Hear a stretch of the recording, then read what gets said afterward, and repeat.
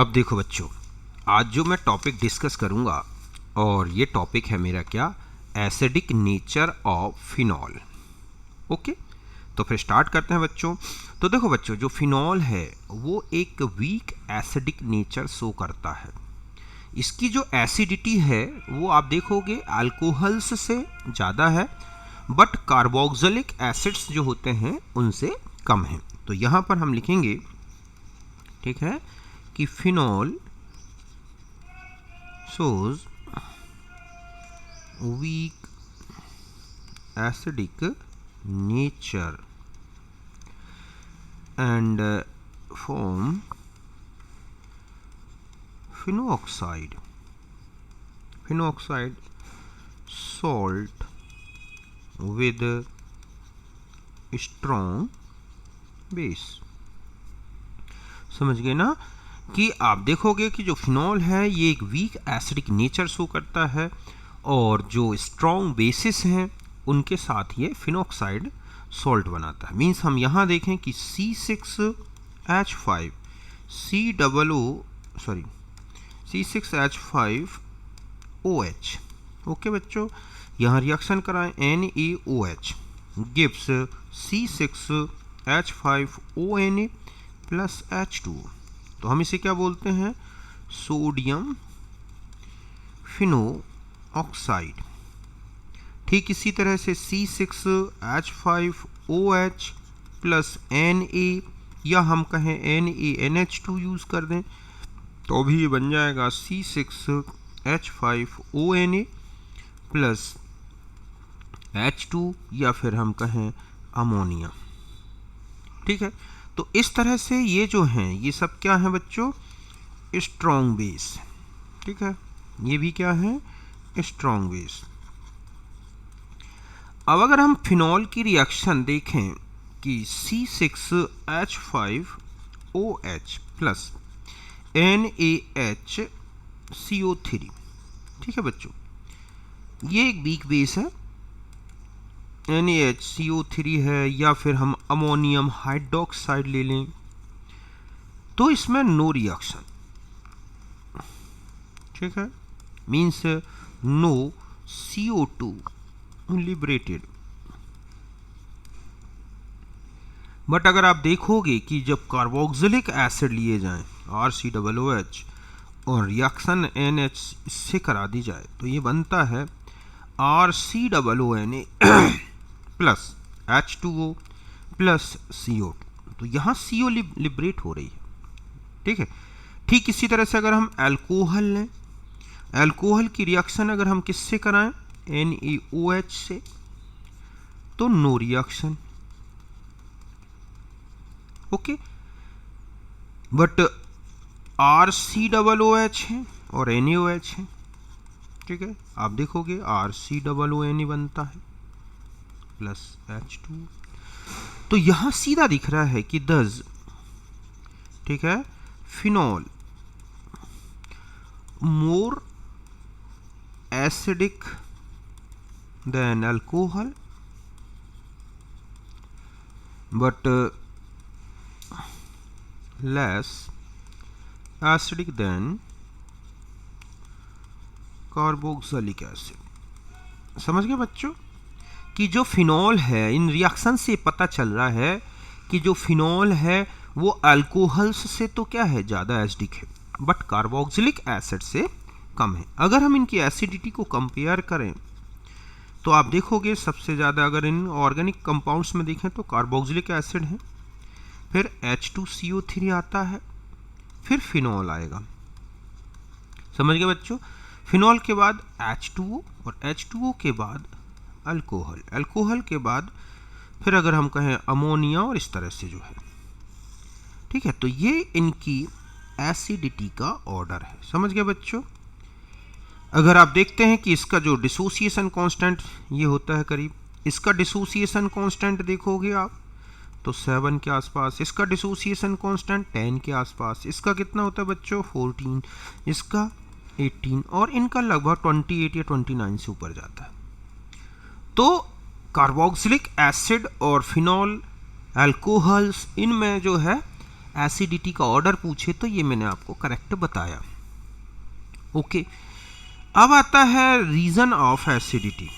समझ गए बच्चों, reason of acidity of phenol, कि जो फिनॉल है उसकी एसिडिटी का रीजन क्या है, क्यों है एसिडिक। अल्कोहल में भी OH है, फिर वो उतना एसिडिक नहीं है। फिनॉल में देखोगे कि एसिडिटी कहाँ से आ गई, तो इसका रीजन है कि जो एसिडिटी है बच्चों, एसिडिटी ऑफ फिनॉल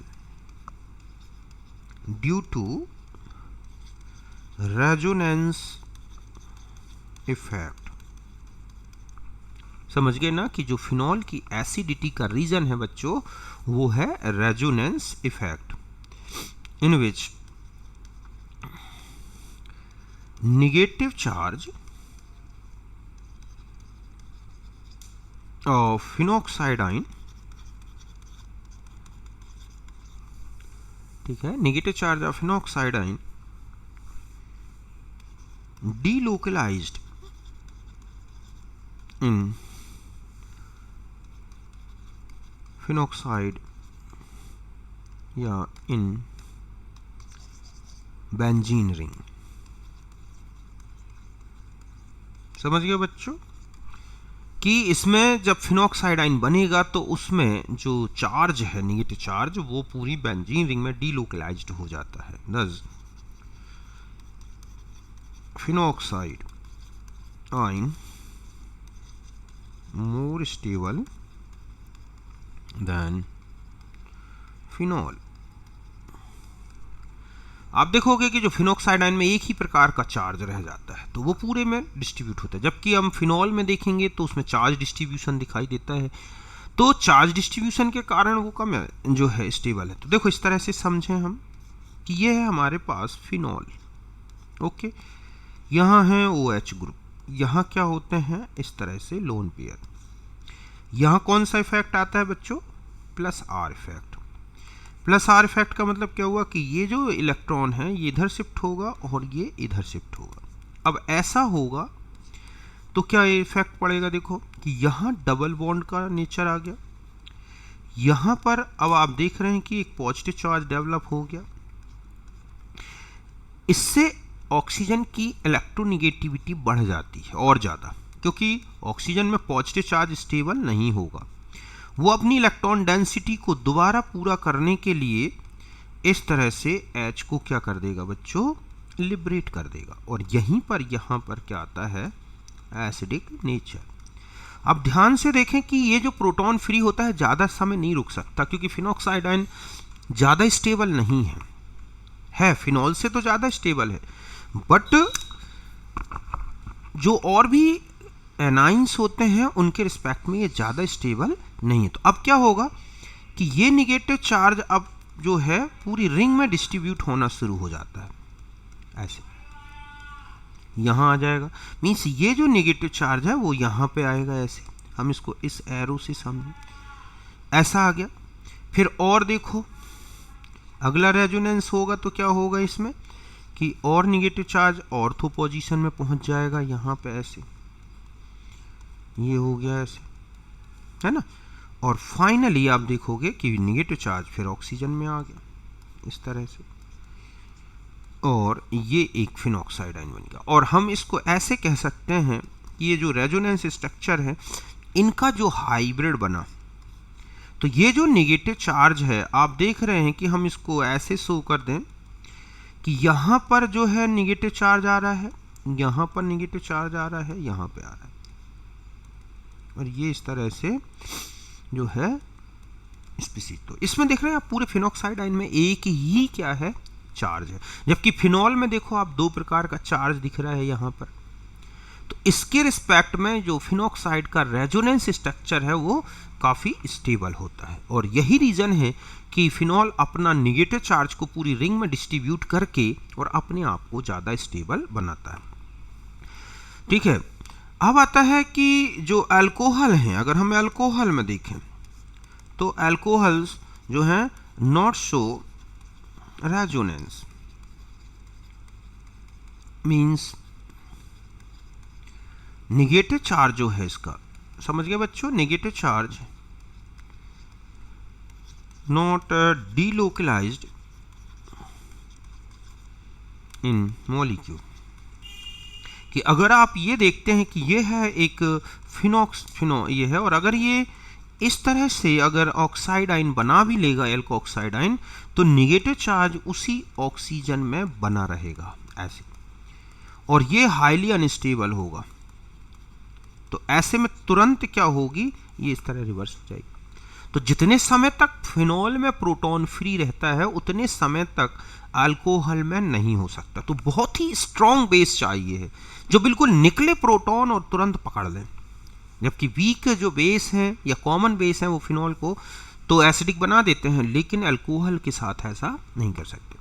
दूसरा है कि अगर हम कार्बोक्सिलिक एसिड की बात करें तो आप देखोगे कि जो कार्बोक्सिलेट आयन है, ये कौन सा है, कार्बोक्सिलेट आयन जो होता है बच्चों,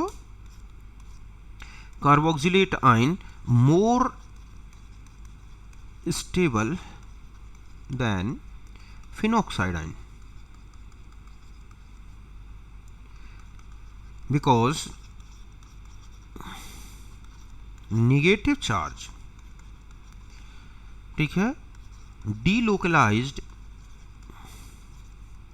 in ऑक्सीजन एटम। कि जो ऑक्सीजन एटम है उनमें डीलोकलाइज्ड होता है, बट ठीक है, और ऑक्सीजन की इलेक्ट्रोनिगेटिविटी क्या है बच्चों, ज़्यादा होती है। तो ऐसे में क्या होता है कि जो कार्बोक्सिलेट आयन हैं इनमें आप देख रहे हैं कि निगेटिव चार्ज केवल ऑक्सीजन में डिस्ट्रीब्यूट हो रहा है, और हम जानते हैं कि ऐसा होने पर जो कार्बोक्सिलेट आयन का ये रेजोनेंस स्ट्रक्चर बना 1/2 माइनस 1/2 माइनस, तो ये more stable than phenoxide ion. Means हम ये कहें कि RCOO ये जो है -1/2 minus 1/2 more stable than phenoxide ion. समझ गए बच्चों कि फिनॉक्साइड आयन से ये ज़्यादा स्टेबल क्यों है, क्योंकि फिनॉक्साइड आयन में जो निगेटिव चार्ज है वो आप देख रहे हैं कि किस पे डिस्ट्रीब्यूट हो रहा है, केवल कार्बन, 3 बार कार्बन में जा रहा है, 1 बार ऑक्सीजन में। तो कार्बन की इलेक्ट्रोनिगेटिविटी कम होती है, और ऐसे में वो निगेटिव चार्ज को जो है ज़्यादा स्टेबल नहीं बना सकता। तो फिनॉक्साइड आयन की स्टेबिलिटी कार्बोक्सिलेट आयन से कम है, ऐसा रीजन आपको बताना है, because negative charge in phenoxide ion distributed on carbon atom, carbon atom की इलेक्ट्रोनिगेटिविटी कम है, ऐसे में वो इस निगेटिव चार्ज को ज़्यादा स्टेबल नहीं बना पाता। और यही रीजन है कि फिनॉक्साइड आयन जब कम स्टेबल होगा तो ऑटोमेटिक है कि वो जल्दी नहीं बनेगा, जबकि कार्बोक्सिलेट आयन ज़्यादा स्टेबल है। समझ गए ना। तो स्टेबल ज़्यादा होने के कारण क्या होगा, वो जल्दी कार्बोक्सिलेट आयन बनाएगा और जल्दी प्रोटॉन रिलीज करेगा। तो ये इसकी स्टेबिलिटी का और इफेक्ट है कि कार्बोक्सिलेट से फिनॉल कम एसिडिक क्यों है। तो यहाँ तक आप अच्छी तरह से समझ गए होंगे। अब हम आ जाते हैं, दूसरा जो हमारा टॉपिक है वो ये है कि इफेक्ट ऑफ रिंग सब्स्टिट्यूएंट, ठीक है, substituent in acidity of phenol. समझ गए बच्चों कि अगर रिंग में कोई सब्स्टिट्यूएंट अगर हम ला देते हैं तो फिनॉल की एसिडिटी में क्या इफेक्ट पड़ेगा, फिनॉल कब ज़्यादा एसिडिक होगा, कम एसिडिक होगा, ठीक है। तो हम इसी को डिस्कस करेंगे। तो देखो बच्चों, इसमें जो है ना, हमें 3 अलग अलग ग्रुप लेने हैं। जैसे पहला है कि ग्रुप्स, ठीक है, विच शोज या which show -I -R effect, ठीक है, इनको बोलते हैं इलेक्ट्रॉन विथड्रॉइंग ग्रुप। समझ गए बच्चों कि ऐसे ग्रुप जिनका कौन सा इफेक्ट होता है, -R और -R, I और -R, इनको बोलते हैं इलेक्ट्रॉन विथड्रॉइंग ग्रुप। ये जो ग्रुप्स होते हैं E, ठीक है, WG इसको, तो ये जो EWG ग्रुप है, मैं बता दूं बच्चों ये कौन कौन से हो सकते हैं। जो नॉर्मली सबसे ज़्यादा इफेक्टिव NO2 है ना, साइनाइड है, CHO है, SO3H है, COX है, मतलब जो भी कार्बन से ज़्यादातर जिनका मेटा डायरेक्शनल इफेक्ट होता है बच्चों, ठीक है, ये कहलाते हैं इलेक्ट्रॉन विड्रॉविंग ग्रुप। अब ध्यान से देखें कि जो एसिडिटी है ना बच्चों, ऐसे समझना है कि acidity of phenol directly proportional to the -I -R और inversely proportional to the +I +R and resonance hyperconjugation. I क्या है? Inductive effect. R यहाँ पर क्या ले रहा हूँ बच्चों? Resonance effect. और जो H है वो है हाइपर कॉन्जुगेशन। तो इतना सा ध्यान रखना है कि जो फिनॉल की एसिडिटी है वो -I और -R जितने ज़्यादा ग्रुप होंगे उतनी ही ज़्यादा होगी, ठीक है। और ये बता दूं कि जो एसिडिटी है directly proportional to the number of, ठीक है, electron withdrawing group in ring. आप इनको जितने ज़्यादा इलेक्ट्रॉन विड्रॉविंग ग्रुप जोड़ दोगे रिंग में उतनी ही ज़्यादा एसिडिटी होगी। मीन्स हम ऐसा कह सकते हैं कि ये है फिनॉल, ठीक है, और इससे ज़्यादा एसिडिक होंगे जब रिंग में क्या जुड़ा हो? Electron withdrawing group. समझ गए बच्चों कि ये इनकी एसिडिटी दिखेगी आपको कि कोई भी चाहे किसी भी पोजीशन में जुड़ा हो, ऑर्थो मेटा पैरा, अगर इलेक्ट्रॉन विड्रॉविंग ग्रुप रिंग में जुड़ा है तो वो फिनॉल से ज़्यादा एसिडिक होगा। ये बात ध्यान रखनी है। अब देखो कैसे, यहाँ पर आ जाएं, हम इफेक्ट देखते हैं कि कौन सा ग्रुप ज़्यादा एसिडिक बनाएगा और किस पोजीशन में ज़्यादा बनाएगा। सपोज ये है फिनॉल आपके पास, यहाँ पर एक फिनॉल ले लिया, NO2 लगा दिया, ठीक है, एक फिनॉल और ले लिया हमने यहाँ पर, अब यहाँ NO2 लगा दिया, और यहाँ पर आ जाएं, ये है OH और NO2। अब आपको ये पता है कि जो इंडक्टिव इफेक्ट है, समझ गए ना, इंडक्टिव इफेक्ट किस पे डिपेंड करता है बच्चों? लेंथ पे। मतलब ये जो होता है इंडक्टिव इफेक्ट कि ये होता है डिपेंड अपॉन, ठीक है, लेंथ ऑफ कार्बन चेन, और जो R है नॉट डिपेंड। समझ गए ना, ये लेंथ पे डिपेंड नहीं करेगा। इस तरह से अब आप यहां पर देखें कि कौन सा ग्रुप, तो यहां देखो -I और -R दोनों दिख रहे हैं, यहां केवल -I है और यहां केवल -R है, ठीक है। तो और ये जानते हैं कि -R more effective than -I, means -R से अगर कोई एसिडिटी की बात की जाए और -R से की जाए तो -R की जो एसिडिटी है वो ज़्यादा एसिडिक होगी, मतलब उसमें ज़्यादा एसिडिटी आएगी। तो अगर हम इनका ऑर्डर देखें तो सबसे कम तो हुआ बच्चों क्या? फिनॉल।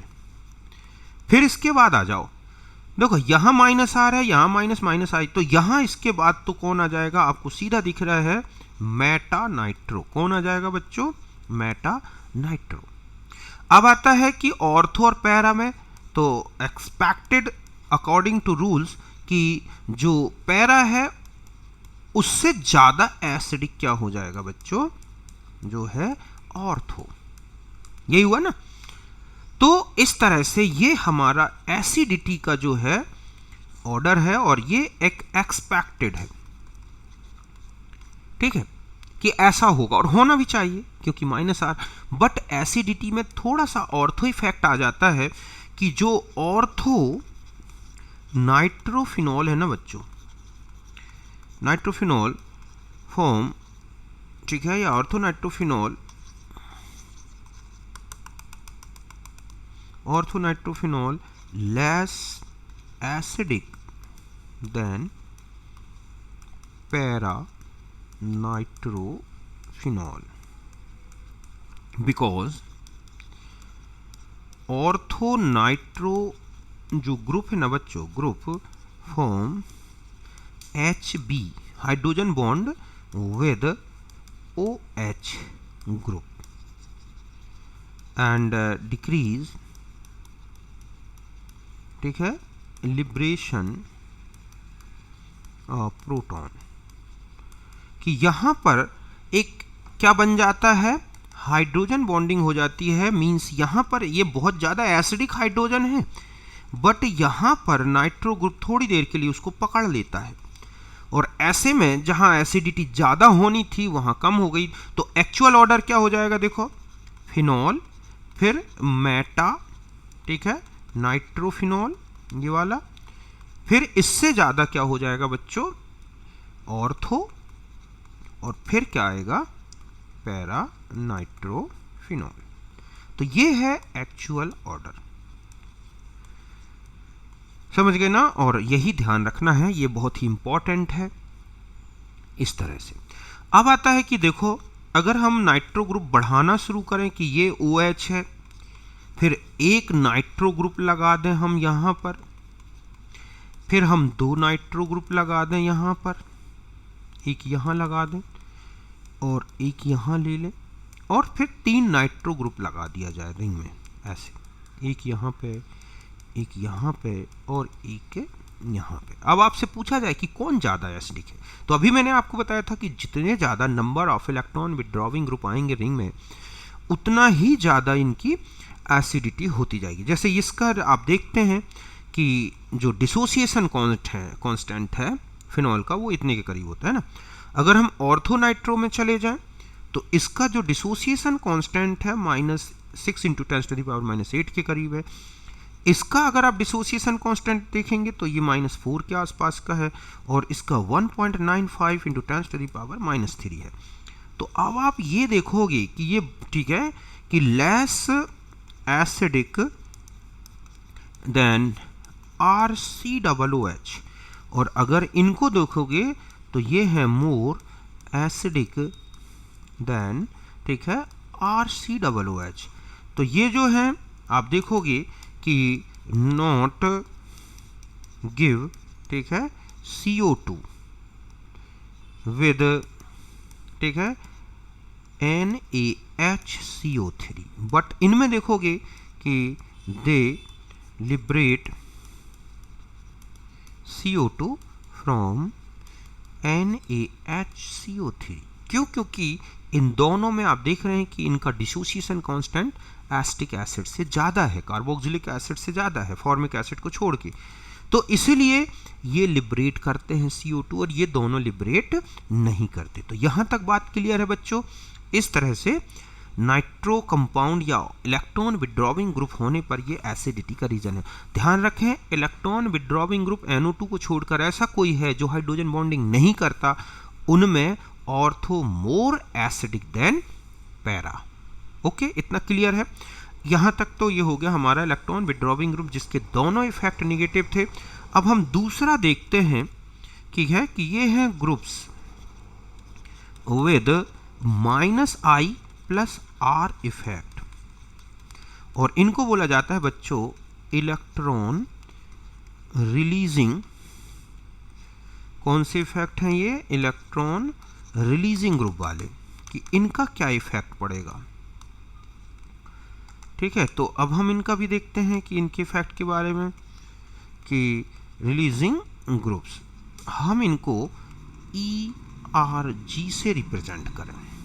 ठीक है, तो अब आप देखोगे कि इनका क्या इफेक्ट पड़ेगा।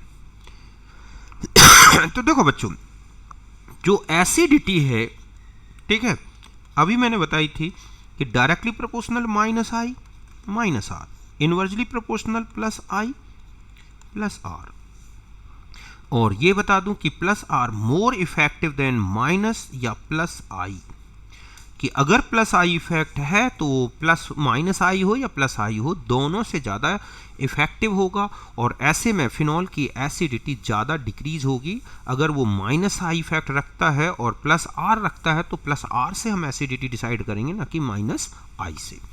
तो मतलब यहाँ पर जो हमें एसिडिटी देखनी है वो देखना है दोनों इफेक्ट के बेस पे। तो यहाँ पर मैं बता दूं कि जो मेटा है, या पहले हम स्ट्रक्चर से समझते हैं, फिर आप समझ जाओगे कि कौन ज़्यादा एसिडिक होगा, मेटा, ऑर्थो, पैरा में से, या कौन कम एसिडिक होगा फिनॉल से। सपोज यहाँ पर हमने OCH3 ग्रुप जोड़ दिया, ठीक है, यहाँ पर हम OH लें, OCH3 ग्रुप जोड़ दें, और यहाँ पर चले जाएं, OH है और OCH3 ग्रुप जोड़ दिया, ठीक है।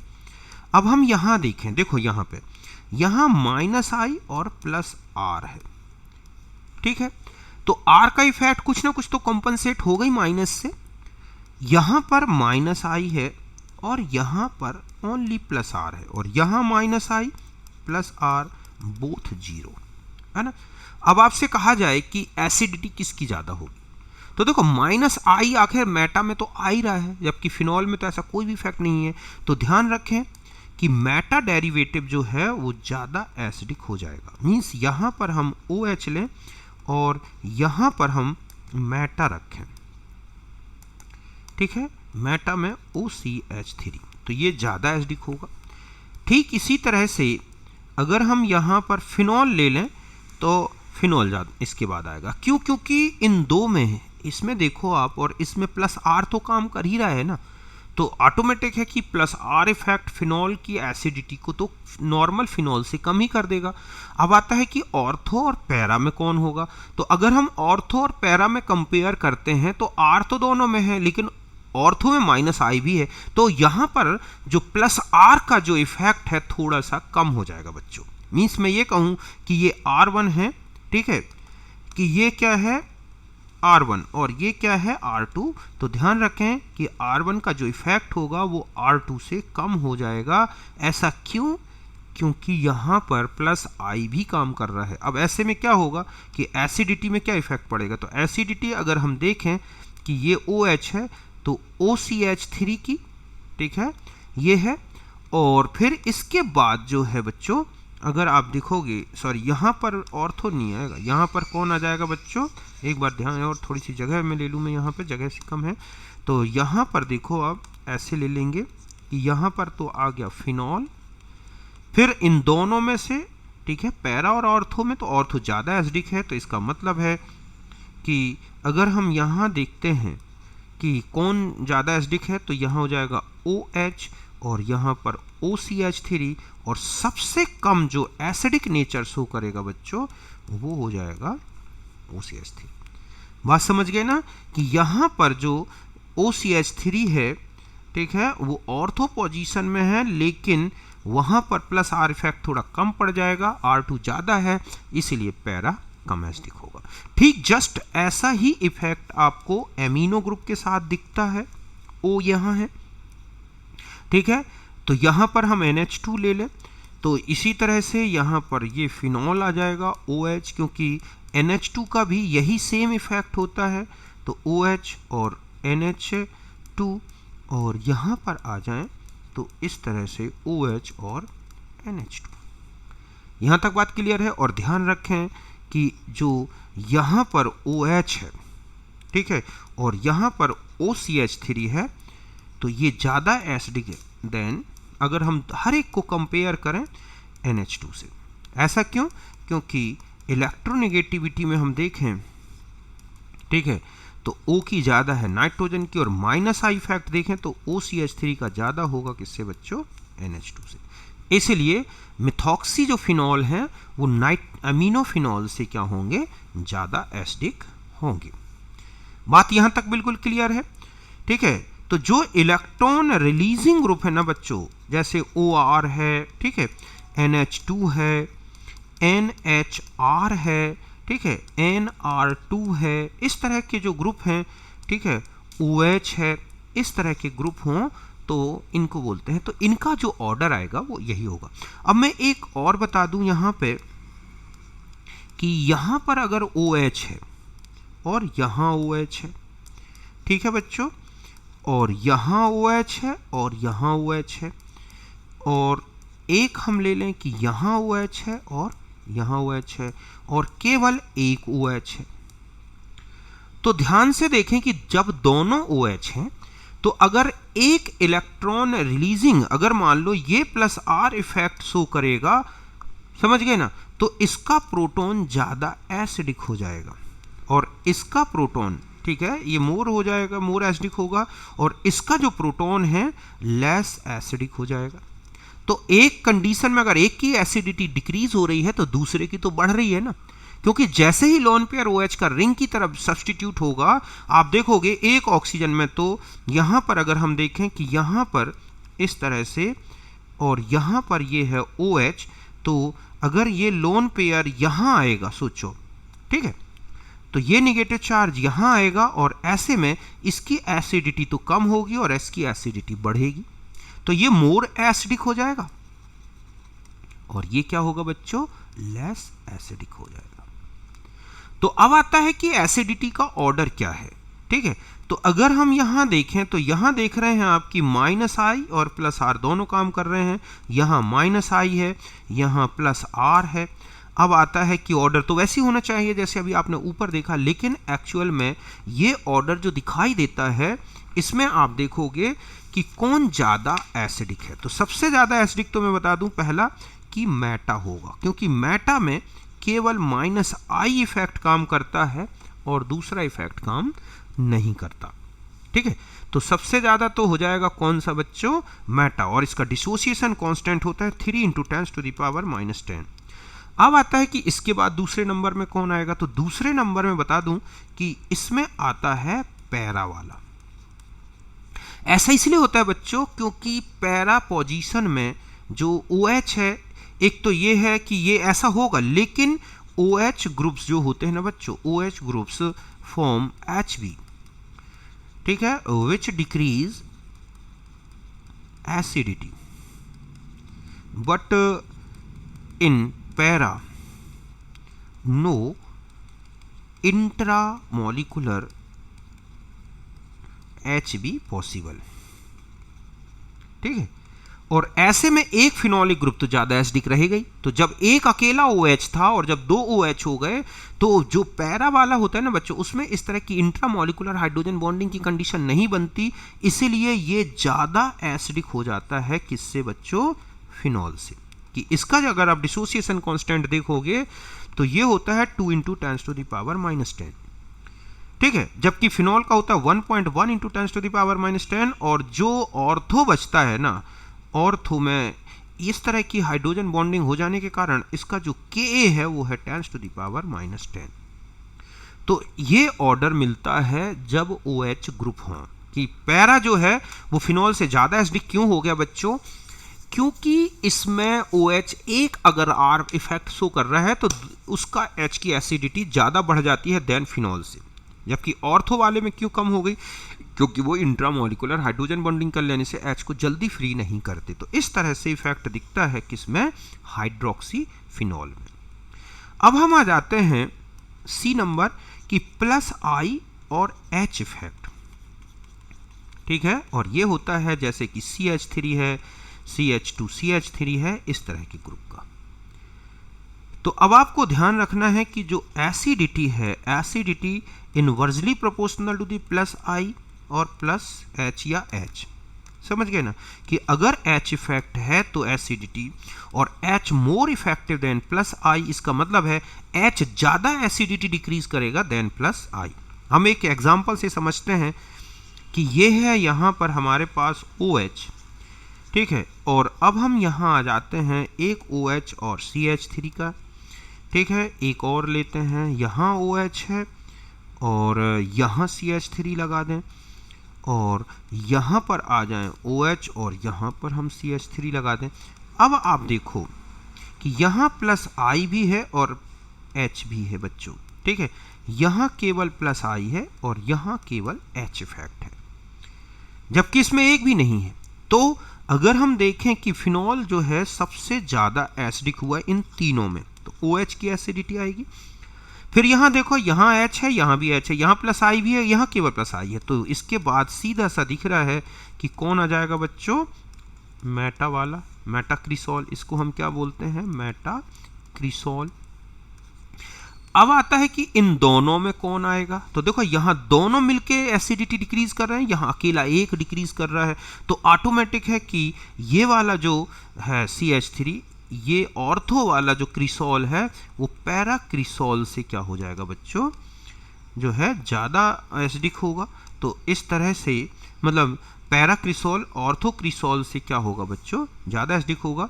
तो इस तरह से यहाँ पर हम CH3 रख दें तो इसकी एसिडिटी मतलब ऑर्थोक्रिसॉल में जो देख रहे हैं कि जो है वो ज़्यादा डिक्रीज हो जाती है, तो ये ऑर्डर मिलेगा। तो ये होगा इनकी ऐसे। बिल्कुल समझ गए होगे कि ऑर्थो और पैरा में कैसे डिसाइड करोगे, तो दोनों में एच है, लेकिन यहाँ ऑर्थो वाले में दो मिलकर एसिडिटी डिक्रीज कर रहे हैं, इसीलिए ऑर्थो और पैराक्रिसॉल में जो ऑर्थोक्रिसॉल है उसकी जो एसिडिटी है वो ज़्यादा कम हो जाएगी, और ये है पैराक्रिसॉल। तो ये है इनकी एसिडिटी। और ध्यान रखें कि CH3 का ज़्यादा इफेक्ट है इससे H इफेक्ट का अगर हम ऑर्डर देखें, ठीक है, CH3 होल ट्वाइस और CH3 होल थ्राइस C।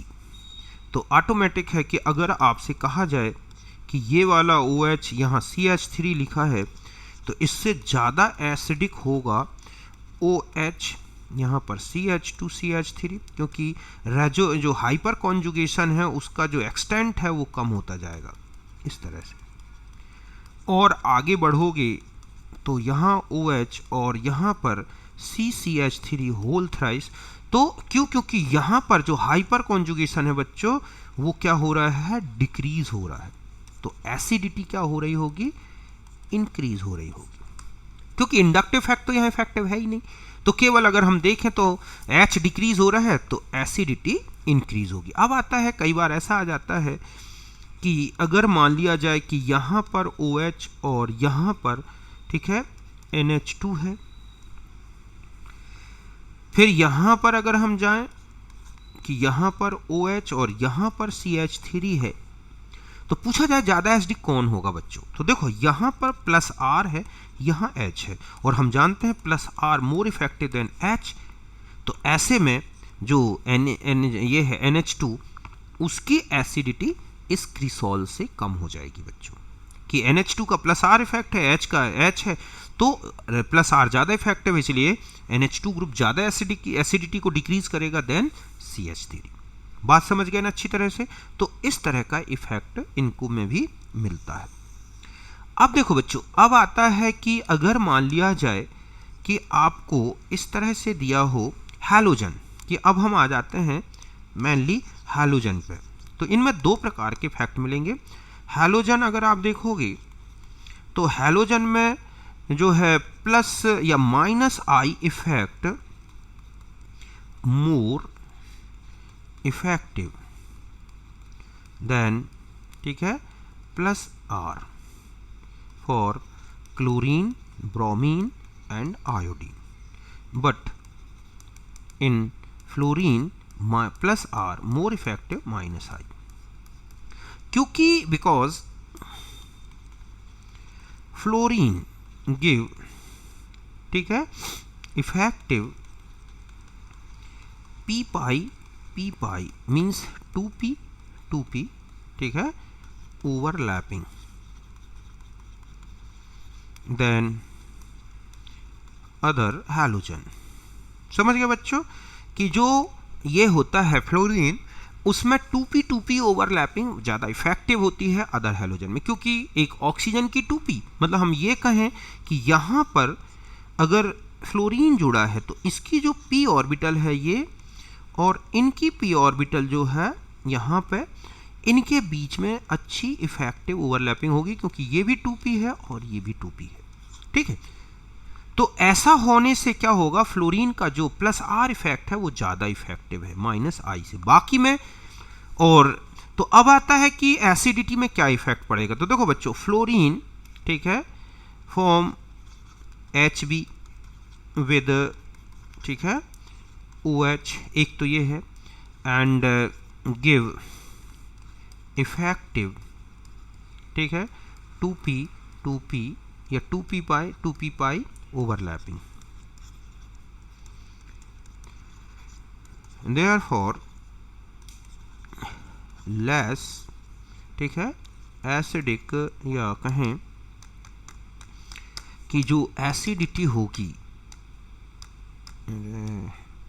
कि यहाँ पर अगर हम ये कहें कि देयरफॉर फ्लोरोफिनॉल लेस एसिडिक देन, ठीक है, अदर हैलोफिनॉल। एक तो ये ध्यान रखना है कि फ्लोरीन का एक तो हाइड्रोजन बॉन्डिंग की कैपेसिटी है अच्छी खासी, और दूसरा इफेक्ट 2p ओवरलैपिंग। ऐसे में अगर रिंग में फ्लोरीन ऐड कर दोगे तो वो क्या कर देगा, एसिडिटी को डिक्रीज कर देगा। एक तो ये है, ठीक है। क्लोरीन की बात करें तो chlorine form HB also and give poor, ठीक है, 2p 3p ओवरलैपिंग। और अगर हम Br और I के देखें तो नॉट गिव, पहली बात तो नॉट गिव, ठीक है, ओवरलैपिंग। कौन सी ओवरलैपिंग, पाई ओवरलैपिंग जो अभी आपने देखा, या पी पाई ओवरलैपिंग, ठीक है। तो देन एसिडिटी डिपेंड अपॉन, ठीक है, इलेक्ट्रो नेगेटिविटी, ये ध्यान रखना है। तो ऐसे में अगर मैं इन 4 फिनॉल को लूं हैलोजन के रिस्पेक्ट में, कि यहाँ OH जोड़ दूं और यहाँ फ्लोरीन, ठीक है बच्चों, यहाँ OH जोड़ दूं और यहाँ क्लोरीन, और यहाँ OH जोड़ दूं और यहाँ ब्रोमीन, और यहाँ OH जोड़ दूं और यहाँ पर है आयोडीन, तो इन दो में जो एसिडिटी जो है ना, acidity decrease due to HB and P pi overlapping. और यहाँ जो एसिडिटी है, acidity decided by -I effect. और हम जानते हैं कि जो आयोडाइड है उससे ज़्यादा -I इफेक्ट किसका होगा बच्चों, ब्रोमाइड का। तो फ्लोरीन और क्लोरीन से ज़्यादा एसिडिक दोनों हैं, लेकिन ब्रोमीन और आयोडीन में ज़्यादा एसिडिक कौन होगा, ब्रोमीन वाला। तो एक्चुअल ऑर्डर जो एसिडिटी का दिखेगा आपको, ये हो जाएगा ये, फिर इसके बाद आ जाएगा क्या बच्चों, क्लोरीन वाला, फिर इससे ज़्यादा आ जाएगा यहाँ OH आयोडीन वाला, और इससे ज़्यादा एसिडिक होगा कौन, जहाँ पर ब्रोमीन जुड़ा हो। मैं इनके चाहो तो मैं आपको इनके डिसोसिएशन कांस्टेंट बता देता हूँ, या pKa कि जो फ्लोरीन होता है उसका 9.92 होता है, ठीक है, क्लोरीन का होता है 9.41, आयोडीन वाले का होता है, अगर हम आयोडीन में आ जाएं तो 9.30, और इसका होता है 9.17। और आप जानते हैं कि जो एसिडिटी है inversely proportional to the pKa या directly proportional to the Ka, तो Ka सबसे ज़्यादा इसका आएगा अगर आप निकाल के देखोगे। तो ये है हैलोजन के साथ एसिडिटी का ऑर्डर। अब मान लो एक ही रिंग में अगर हम सेम हैलोजन हो, ठीक है, if same halogen present in ring in different position, तो ओनली, ठीक है, आपको क्या देखना है, only -I effective decide acidity. समझ गए बच्चों कि आपको केवल -I इफेक्ट से देखना है। इसका मतलब है कि जो भी फिनॉल है उनसे ये हमेशा ही ज़्यादा एसिडिक होंगे, चाहे तो इस तरह से यहाँ पर अगर आप देखोगे कि कौन ज़्यादा एसिडिक होगा, ठीक है, तो यहाँ पर जैसे जैसे यहाँ पर X लगा दिया जाए तो इससे ज़्यादा एसिडिक होगा, जैसे जैसे X OH के पास आता जाएगा, और ऐसे में एसिडिटी इस ऑर्डर में चलेगी। तो ये इनकी क्या होगा बच्चों, एसिडिटी का ऑर्डर, इंक्रीजिंग ऑर्डर। कि अगर एक ही हैलोजन क्लोरो लगा दो, ब्रोमो लगा दो, आइडो लगा दो, तो जितना नियरेस्ट हैलोजन होगा OH के उतना ही ज़्यादा एसिडिक बना देगा।